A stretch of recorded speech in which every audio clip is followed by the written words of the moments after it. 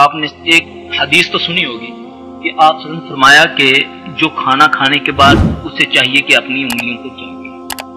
اگر نہیں چاٹے تو کسی کو کہے کہ وہ چاٹے، یعنی کہ آپ نے کسی کو، اور برتن کو اس طریقے سے صاف کرے کہ اس میں کچھ نہ ہو، ٹھیک ہے۔ اس کے پس منظر میں کیا ہے، مختلف لوگ مختلف باتیں کرتے ہیں کہ ایک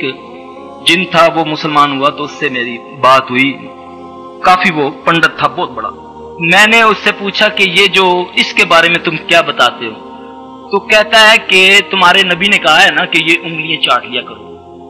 اب اس کھانے کو ہم مس نہیں کر سکتے جس کو انسان نہیں چھوتا، جب وہ اس کو چھو لیتا ہے تو وہ اس کا اثر لینے کے لیے پھر اگر وہ نہیں دھوتا، آج کل تو ہمارا وہ ماڈرن طریقہ نا ٹشو آ گئے ہیں، ہم نے چاٹنا نہیں ہے اس کو پھینک دیا، اب وہ مس ہوا، جسم مس ہوا، وہ اس کے لیے آسانی ہوگی۔ اگر آپ نہیں چاٹیں گے تو وہ آپ کی انگلیوں سے چاٹ لیں، پھر وہ آپ کو پیٹ کی بیماریاں ہو جائیں گی اس سے، کیونکہ وہ رات کو خواب میں آئے گا، مختلف چیزیں آپ کو کھلائے گا، آپ کے میں تو کئی شادی پہ گئی، میں نے چاول کھائے تو وہ اس سے آپ کے پیٹ کے اندر اب وہ بیماری پتہ ہی نہیں چل رہی۔ اب ڈاکٹر ہیں وہ عاجز آئے ہوئے ہیں، کوئی الٹرا ساؤنڈ کر رہا ہے، کوئی انڈوسکوپی کر رہا ہے، وہ کچھ کر رہا ہے، کوئی کچھ کر رہا ہے۔ میری بہنوں، اللہ بہتر جانتا ہے کہ آپ یقین جانے کہ نبی صلی اللہ علیہ وسلم کے طریقے پر ہی ہماری نجات ہے، دنیا میں بھی ہمیں عافیت اور آخرت میں بھی انشاءاللہ اس سے نجات ہوگی۔ اور ایک ایک بات کو کبھی معمولی نہ جانیں، جو بھی رسول اللہ صلی اللہ علیہ وسلم کی بات ہے کوشش کریں کہ آپ اس پر عمل کریں، انشاءاللہ کوئی شیطان، کیونکہ اللہ کی گارنٹی ہے انہ لیس لہ سلطان علی الذین آمنوا وعلی ربہم یتوکلون،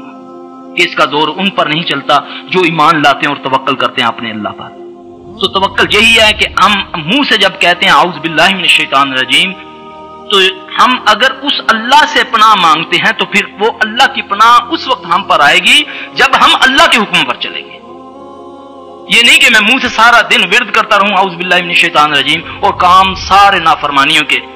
آنکھیں، میری زبان، میرے کان برائیاں کرتے رہیں اور میں منہ سے پڑھتا رہوں۔ اللہ فرماتے ہیں لما تقولون ما لا تفعلون، کیوں وہ کہتے ہو جو کرتے نہیں ہو؟ تو اس لیے اعوذ باللہ کا معنی بھی یہی ہے کہ آپ جب اعوذ باللہ پڑھیں تو دل سے پڑھیں کہ میں اس مالک کی پناہ مانگ رہی ہوں جو سمیع و بصیر ہے،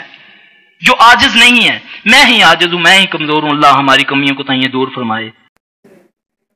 ہمارے ویڈیو کو لائک کریں، اپنے دوستوں کے ساتھ شیئر کریں، ہمارے چینل کو سبسکرائب کریں، بیل آئیکن کو دبانا مت بھولیے۔